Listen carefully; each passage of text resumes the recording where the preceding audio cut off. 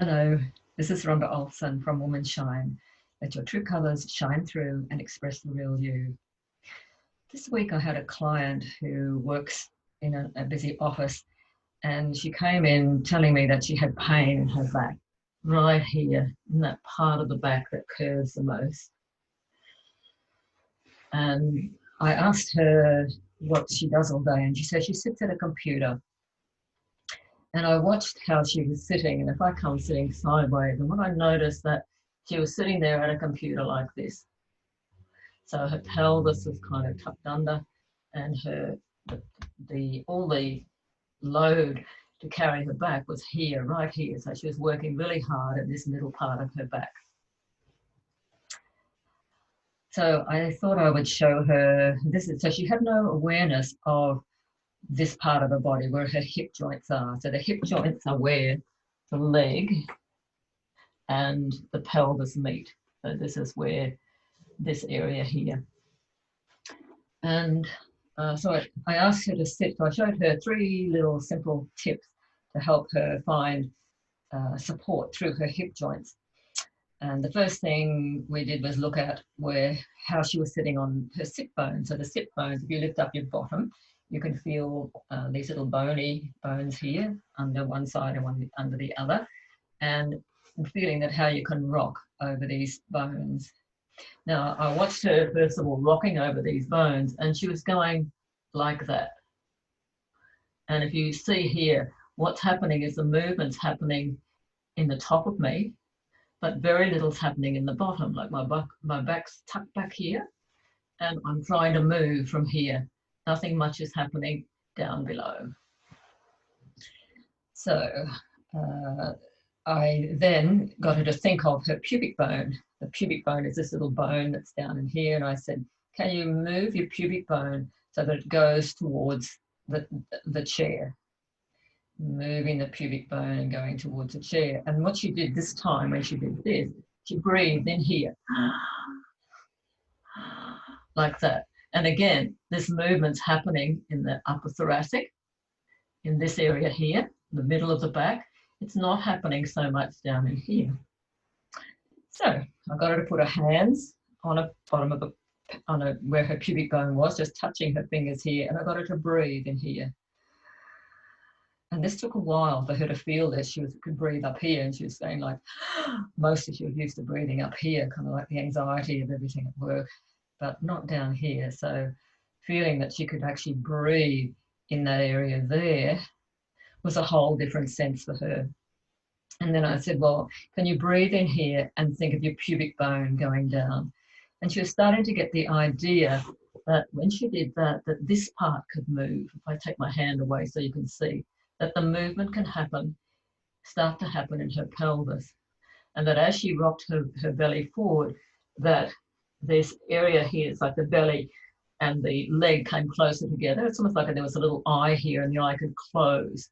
And as she came back, the eye could open. So like this closing and opening, and the movement could happen down in here rather than the movement all happening there.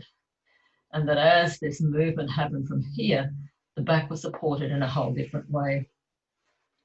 So I still noticed when she was doing that, there was still some movement up in here as well. So the next thing I got her to do was lift up her leg and place her hands, clasp her hands around her knee. So I'll come sideways to show you this, and come into an upright position. And this time, as she rocked her pelvis forward at sort of the pubic bone and breathing into the lower belly, that she could pull her knee just gently towards her, just a little bit towards her. And as this happened, the spine, what this movement does, I'm kind of like pressing my knee. There was sort of like a force, the arms pulling one way and the knee pulling the other, enabled the thoracic area to lengthen, the shoulder blades come down and back, and the pelvis to move the way it's designed to move. And so since she was starting to get this idea, then we swapped the legs and did this on the other side. So I'm just like kind of pulling my knee towards me and pushing my belly out, and the pubic bones going towards the spine.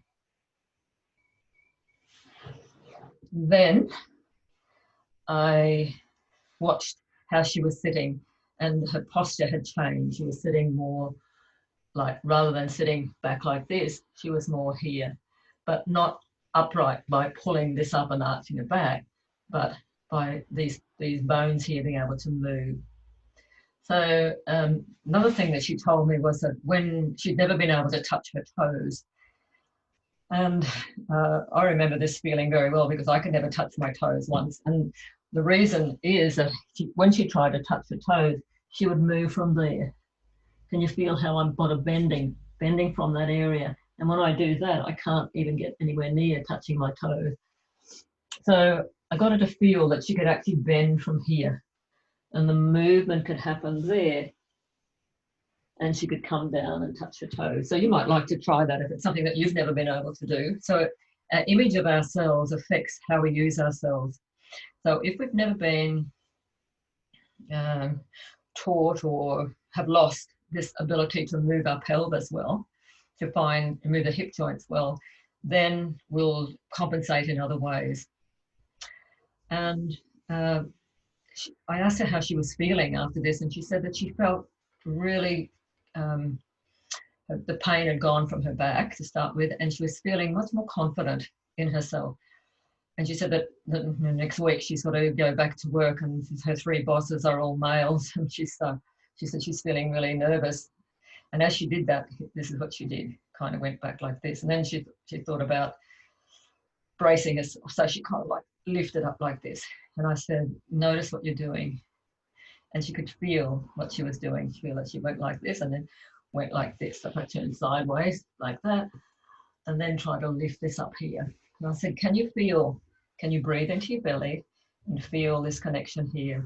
Feel how your pelvis can rock forward and support you. And when she did that, it changed. Instead of feeling nervous and anxious and not good enough, she started to feel that sense of her connection and her strength and power within herself.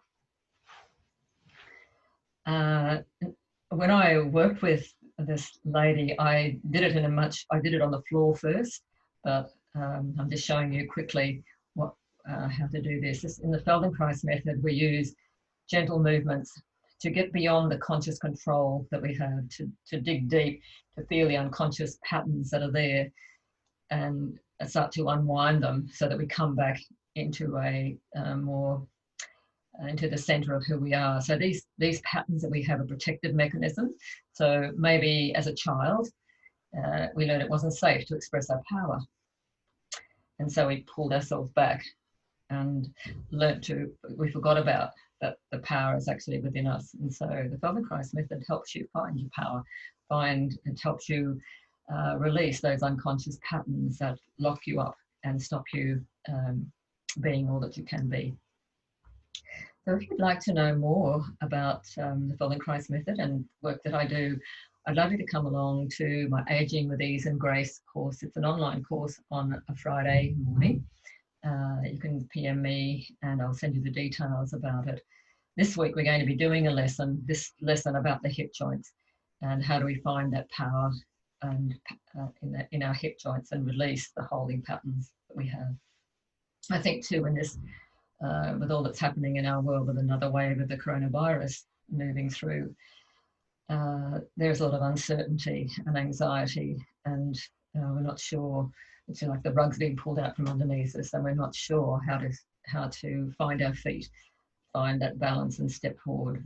So I think Feldenkrais has a lot to offer to help us find that resources within us, to find that strength and centeredness within us, to take that next step forward and to find our way in this world that seems like shifting sands at the moment.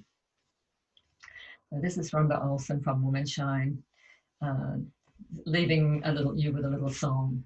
Your pelvis could rock and roll. You felt power in your pelvic bowl.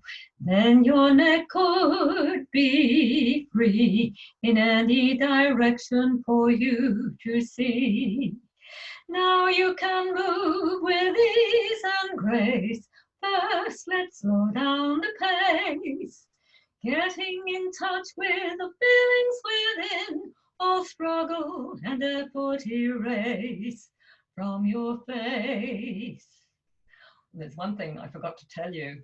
When I teach people to use their voice as well, and the power comes from being able to use these hip joints well. If when we're like this, you can hear my voice when I come back like this, whereas when I'm here connected into my skeleton and my hips can be free, my voice can be strong. This is Rhonda Olson signing off from Women's Shine.